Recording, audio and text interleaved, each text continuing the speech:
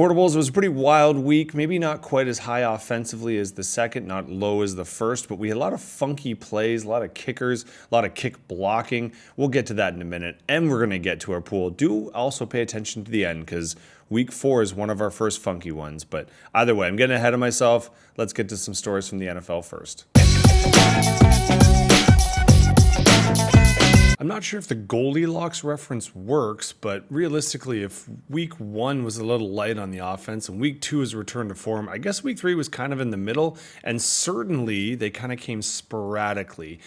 Randomly enough, I think you're going to see a lot of people's high scores were defense and kickers, because apparently blocking field goals is super easy. On a really, really weird note, I had a trippy, most of you know I'm in Thailand, and so I don't usually get to watch the early games, and I do kind of tune in for the later ones as I wake up. I couldn't sleep, so I was up at about 2 o'clock or 1:30, I think. I caught the second half, or even parts of the first half of the early games, and most of them weren't great. And so I kind of like rolled back to bed and thought, well, some fantasy updates. And then as I'm like kind of half sleeping, all I'm hearing is more noise, which usually means stuff's going on. And it was. A lot of the games got super close. We had 4 games come down to a game-winning field goal, and weirdly enough, also 4 block kicks. And I distinctly remember in my dreamy state being like, it is kind of hard to block when you're kicking, isn't it? And then almost on cue. At least that's how I remember it happened. It probably wasn't. Anyway, aside from that, we also had our first few kind of run of injuries. I know we had a couple. We did have a running back out last week and a bunch of quarterbacks. But now we're getting a few more either season ending in Najee. I think that's pretty much confirmed. And Connor, definitely, if you watched it. Then you get the ones, the beloved high ankle of CeeDee Lamb. And I know they say sprain on it, but just like I said last week, there's some things that we know enough to read between the lines. It is not an ankle sprain when it's high ankle. Hopefully for those people who have them, we have the best. But waiver wires are going to heat up a little bit because of it. We're also looking at trends and patterns shifting. We still have some 3-0 and some 0-3 teams, but there were 3 teams, Saints, Panthers, and Chiefs, that walked into week 3 having not have 1 second of the lead. 2 of those 3 won, so now it's just the Saints, not surprisingly. Indy punted for the first time, so Indiana Daniel Jones, I'm not fully leaning into that nickname, not as much as like Drake, maybe, because that one's funnier. But they did finally punt. The punter earned his paycheck after 2 weeks, and it was only just the once, but still, the Colts are a little on fire. So I guess the biggest thing heading into week 4 is this enough data for you to be convinced? Is Daniel Jones going to be a top 5 fantasy quarterback, or are things about to come back down to earth? And I guess your variance on that kind of depends on who's on your bench, but that's enough for NFL. Let's get to our scores. After an 0-2 start, you would think Ball Too Well with 146 would have been just fine for this week. Unfortunately, they bumped up against Team Kickass that is looking like they're going to back up their name as they did a couple years ago. And actually, this matchup gives most of the top 5 of a lot of positions. So we're going to have a lot to kind of mention. For example, Team Kickass had quarterback 1 and quarterback 2 both starting. Yeah, Caleb Williams was quarterback 1 this week, which is pretty crazy. Jalen Hurts was quarterback 3. So we had the top 3 quarterbacks represented in one matchup. Kickass also had tight end 4, and just to show off slightly, they had one of the best running backs. Monty went off. So did Gibbs. Monty was actually number 2, whereas Gibbs later on we're going to see is number 4. Hampton, though, was number 5. So we, again, like I said, we have a lot of representation of the top 5 to round that off. A.J. Brown finally did something, and in this particular case, also wide receiver 5th. Speaking of 5th, because that's what Randy loved to do, I should say Ball Too Well. She's got a partner this year.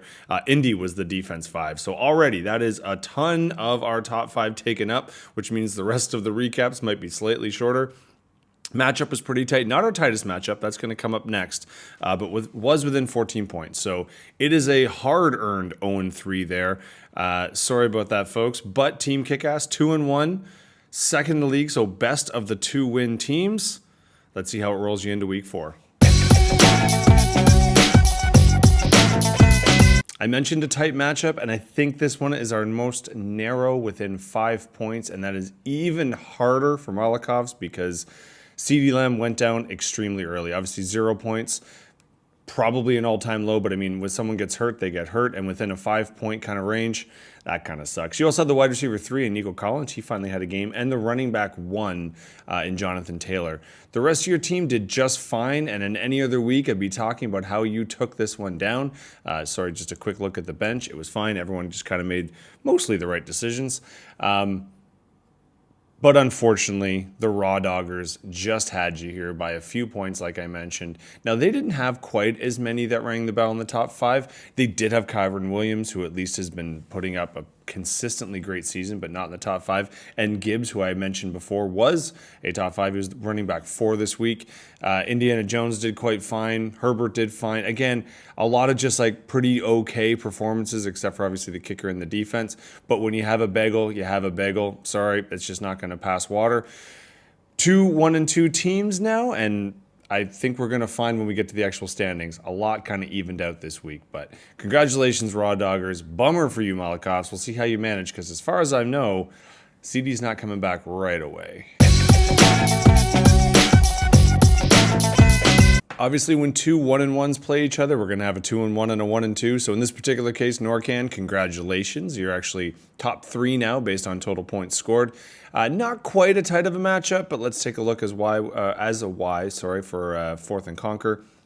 Now, 4th and Conquer, you did have Mason, who was a running back 3. You may have noticed I'm pretty much running out of running backs that made our top 5. In Kansas City, you would think with 15 points rang it, but unfortunately, this was just a big, massive defensive week in terms of, as I mentioned before, block kicks and some touchdowns. Minnesota, though, was the defense one for NorCan. Lamar seems to be top 5 every week. He was the quarterback 4. Now, you are also dealing with some injuries. You see some doubtfuls, some IRs. So obviously, you have a lot to plan for here in NorCan. So hopefully, you've got a solid kind of strategy. Now, Skadwu actually, weirdly enough, was the running back 6. He was just off the top 5. And you already had Trey Benson there sitting on the bench. A wise move, considering, he was considered probably one of the best pickups anyway in terms of backups. And now, obviously, you got your starter.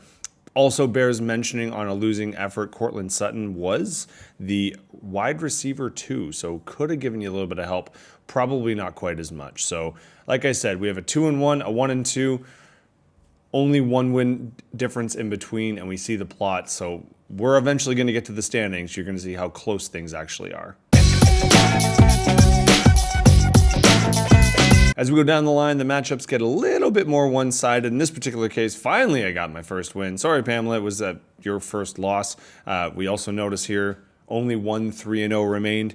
We're going to get to that next round here. But Josh Allen, quarterback 6. And if you look at my roster, I mean, I did have pat me on the back.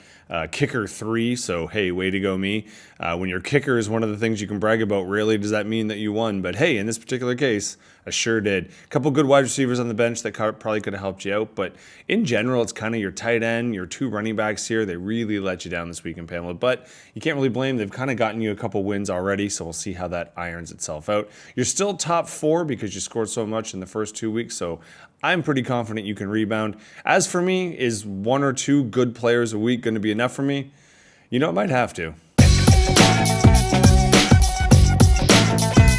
We thought this was going to be an epic showdown of undefeated teams, and I mean, one of them is still undefeated, but only one of them started 2 healthy quarterbacks. Now, Jackie does claim she looked, and when she last looked, Daniels was in. Unfortunately, she didn't look close enough to kickoff time because that one kind of bit her. So did T. Higgins, so did Kamara, so did Kelsey, so did Zay. So realistically, the 0 was pretty bad, but there was a few other disappointing performances. I guess if you're going to have stinkers, you might as well have them from everybody in the same week and just get it out of the way. You are our lowest of the week. Okay, just a few points on the bench here. Just thought I'd not all rain on your parade. Very good that you've already kind of mentioned. I am horrible at this. I keep saying I'm going to do it. This weekend, I'm going to sort mine out, but Jackie's already mentioned what consequence she's going to take. So thank you so much for that. Bench, don't kill my vibe. You are the defending champion, and you are the last one at 3-0. So congratulations. Kind of in a similar boat, though. You didn't have a lot of people kind of ringing that top 5, but a lot of steady performances. You also didn't kind of blow the roof off. You did have Seattle, which was the defense 3, who I think you've already dropped, by the way. Just they're kicking around there. But you didn't really need much more than that. Sure, 124 wasn't going to win every single matchup this week, but it won the one that you're in, and that's all that matters. 3-0 looks pretty good. All right, before we jump to week 4, we are just going to scroll down like I mentioned. I won't do this every single week, but it is good to note. We just see, obviously, there's a lot of deviation here. 1 win can get you as high as 6 or as low as me.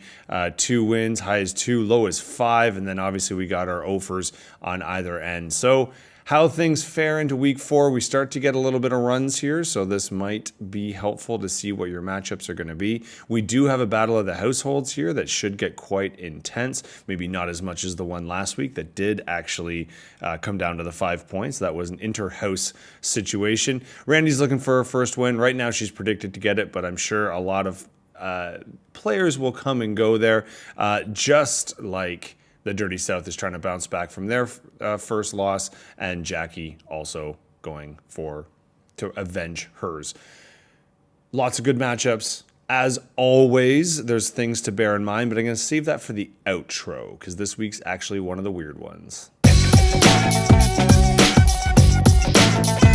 I mentioned that this week does have a little bit of funkiness in it. If I was in Europe, I'd be talking about trying to get together in the afternoon. There is a Dublin game, so that make sure you set your clocks accordingly. You got to make sure your roster's in a little bit early. Now, do remember, especially people who are new for the year, if you're new for Yahoo, the rosters do not lock on that first early game. It treats more like a Thursday night game. It's when that East Coast 1 o'clock, the early games on Sunday kick off. That's when the rosters tend to lock. So if you have to make some moves, I believe you can still make them after the start of the Dublin game. I could be wrong on that, so let's double check and make sure maybe your rosters are set beforehand. But in previous years, they have let you add drop, not with the teams that have already played, but with the other teams. I think you know what I'm talking about. If not, ask. Either way, folks, enjoy the Dublin game. That would be awesome. A few of you could go back home maybe and check it out. Maybe in a future year if you haven't planned ahead. Maybe you didn't know that was happening this year. I'm excited because it's actually a game that starts before I go to bed over here in Thailand. So that's nice. Get to watch a live game. Anywho, best of luck in week 4, crew.